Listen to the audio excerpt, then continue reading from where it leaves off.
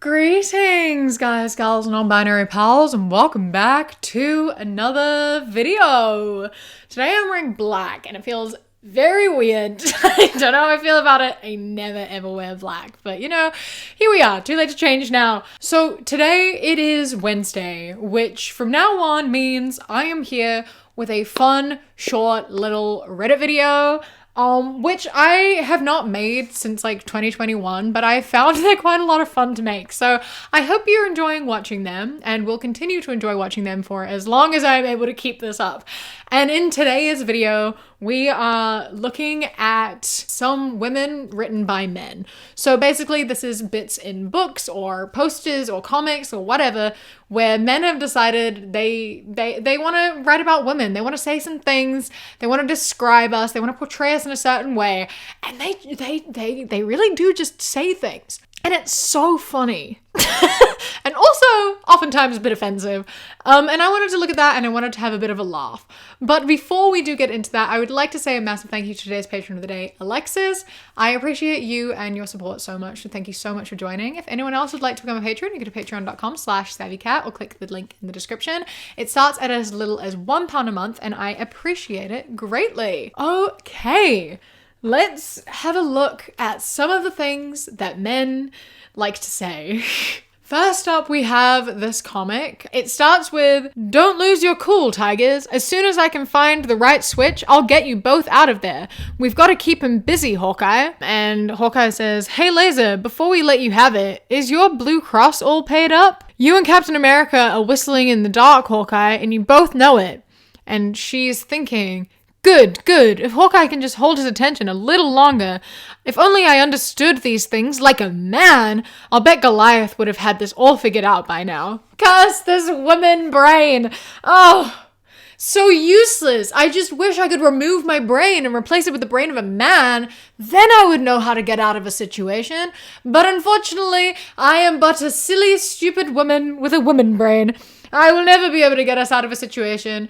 If I was Goliath, then maybe I would know. But alas, I am nothing but a silly, silly woman. Here is an excerpt from a book. "They observed her as she turned to go upstairs. They observed her as if it was the first time they'd really looked at her in years. Despite her pale color and the unhappiness that clung to her the way a bad dream clings to a rumpled pillowcase, she was lovely. Her hair as straight and red as ironed ketchup, road gravity's one-way ticket all the way to her waist. Her blue eyes were as soft and moist as huevos rancheros, and the long curl of their lashes caused fimbriate shadows to fall on the swell of her cheeks.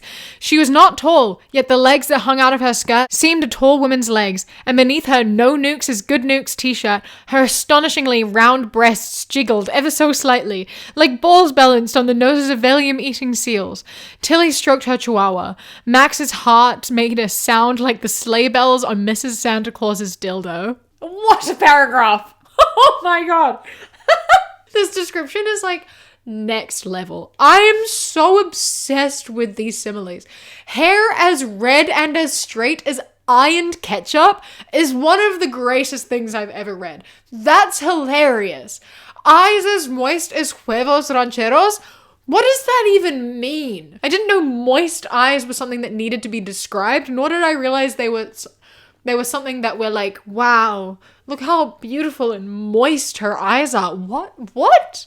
Max's heart made a sound like the sleigh bells on Mrs. Santa Claus's dildo.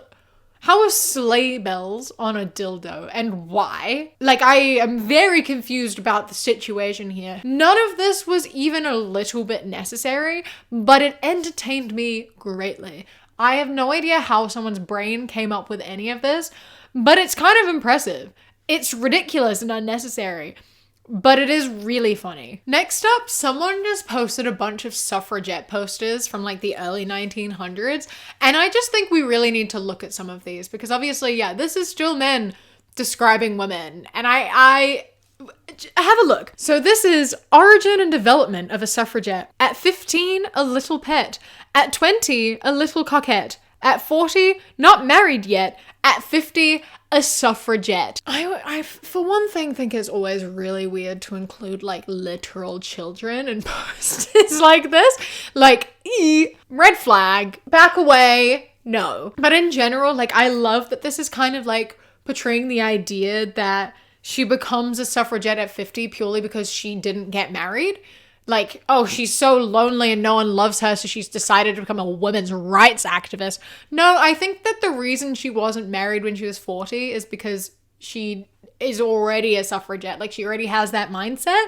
She doesn't actually like what it means to be a wife. She doesn't want to be viewed as like a man's property. She doesn't want to experience that, so she is choosing not to get married. And the suffragette movement like happened when she was 50, so she became a part of it. I think you'll find that that's actually the progression of what occurred. She didn't become a suffragette because she's lonely. She chose not to get married because she's a suffragette. Like, that's the way it works. This is a poster of a man holding a crying baby while his wife is walking out the door, and it says, "Mind the baby, I must vote today." Like, oh no, my wife wants me to be a father. My wife expects me to look after my own child so she can go and vote. That is disgusting. This is the future that women want. They want us, men, to be fathers. That's too far. If we give women the vote, they're gonna start expecting us to be present fathers and love our children and look after them. How disgusting. How horrible. This one genuinely upsets me a little bit. It's a big bowl of political help and a woman holding it and like serving out the soup from the political help bowl. And it says, "Now you greedy boys, I shall not give you any more until I have helped myself." It's the fact that this is still applicable to today. That like when women are asking for something, men are like, "You're taking it away from us." No, that's not what's happening. Oh my God. Women asking for equality is not actually taking anything away from you. Women getting the right to vote was not removing your right to vote. Getting something that men already have, believe it or not, is not taking anything away from men. Shocking. I know. Like, in her like serving thing, all the boys are like wearing different bibs, so it's saying like what they're getting. So hers is like votes for women, and the others are like trade unions, Primrose League, Liberal Federation, etc. And it's like you can do all of that. There's not like a finite amount of things that you can get. Like, you can believe in multiple causes, and you can make all of these things happen. Women asking for the vote didn't actually stop any of those other things from happening. Believe it or not, that is the way it works. And this is the way it still works today. Like, women, asking for like equal pay or, bodily autonomy does not take away from other like things that need to happen. You can actually do both. Women wanting to get like a promotion doesn't mean men are going to stop getting promotions. Women wanting to be paid more isn't going to stop men from being paid, like, it makes me sad that this is still applicable. Jesus. Yay. Isn't that so fun that like an image from like the 1900s, like the early 1900s for women's rights is still applicable? How great that is. We live in a circle. The last one of these is a man doing laundry and holding a crying baby while these three women are sitting at a table and smoking cigarettes or cigars. And it says, "Notice to fathers, wash your shirts with Suds soap. Husbands' working hours, 3 a.m. to 12 p.m. Monday, washing day. Tuesday, darning. Wednesday, house cleaning. Thursday, scrubbing. Friday, marketing. Saturday, work of any sort. Sunday, more work." And the women are playing cards and smoking and saying, "Yes, my old man is a lazy old wretch." And it says, "When women vote, this is the reality." And it's so funny because imagine being so close to the point. When the worst thing you can possibly think of is being treated the way you treat your wife. So you understand the problem then. This is exactly what you do to your wife. This is exactly the jobs she has, exactly the way you speak to her and you treat her and you expect of her. But when it's turned around, suddenly it is the worst thing you can possibly imagine. That's so funny. That's so funny. This is a passage, a really fun passage that says, "Stupidity in the kitchen. Woman as cook. the dreadful thoughtlessness with which the nourishment of the family and the master of the house is provided for. Woman does not understand what food means, and she wants to be the cook. If woman were a thinking creature, she would, having been the cook for thousands of years, surely have had to discover the major facts of physiology, and likewise gained possession of the art of healing. It is through bad female cooks, through the complete absence of reason in the kitchen, that the evolution of man has been longest, arsler, and most harmful. Even today, things are hardly any better. A lecture for high school girls. Hey man, you're allowed to cook for yourself. If women are unthinking creatures who don't know anything about food and don't deserve to be in the kitchen and cooking food, then go do it for yourself. No one is forcing you to not do that. By all means, go do it for yourself, because I don't think any women want to be in your life. This is actually true. I looked up this author and he was just an incel. He proposed to the same woman 3 times and she rejected him 3 times because they were not actually together. This was an unrequited love and he stalked her. She like moved away from him because he was stalking her, and he followed her and then proposed to her 3 separate times. So he just hates women, and women don't want to be around him anyway, so this wasn't actually ever an issue for him. But boy oh boy, the fact this was written in a book, and this is like a classics. This is Good and Evil. I didn't write down the name of the book. It's like Good and Evil, and it's like a Penguin published classic, and yikes. Next up, we have a Batman comic, and Batman is saying, "Batgirl, get over here, help us, we've got a problem." And she's looking at her costume and her tights are ripped, and she says, "I have a bigger one, a run in my tights." I love when men write women. Isn't it so fun when you have like a powerful female character and men come in and make them really shallow for like comedic relief? Isn't that so fun and so funny? We love it so much. Batgirl is not prioritizing the rip in her tights over helping out in a fight. Just don't think that's happening. And I think like completely making her character into this shallow 2-dimensional, like, oh no, my tights are ripped in a fight. Batman, it's fine. You can die. Don't worry about it. I've got to fix my costume. It's infuriating. Men just shouldn't be allowed to write anything. I think men have been writing for long enough now. They don't need to write any more comics. They don't need to write any more books. Move over. It is women's turn. Take a seat. We don't need you. Yeah, that's my thoughts. And finally, we have this comic, which is The Women of Marvel.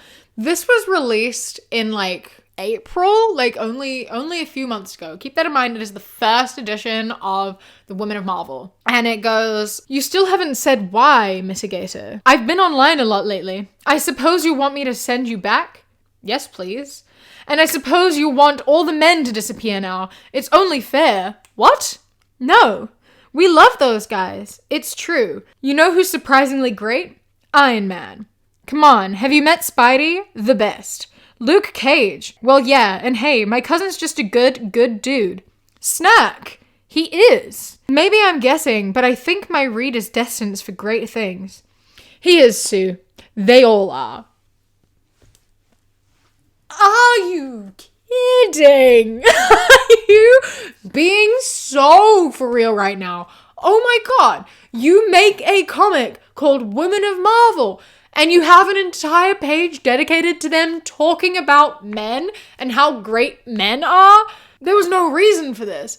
Like, what was the purpose of this? There is absolutely none. You cannot have a comic dedicated to women and make it so literally an entire page is them just being like, I love men. Let me tell you all about the men that I love. They're so cool. They're so destined for great things. Shut up.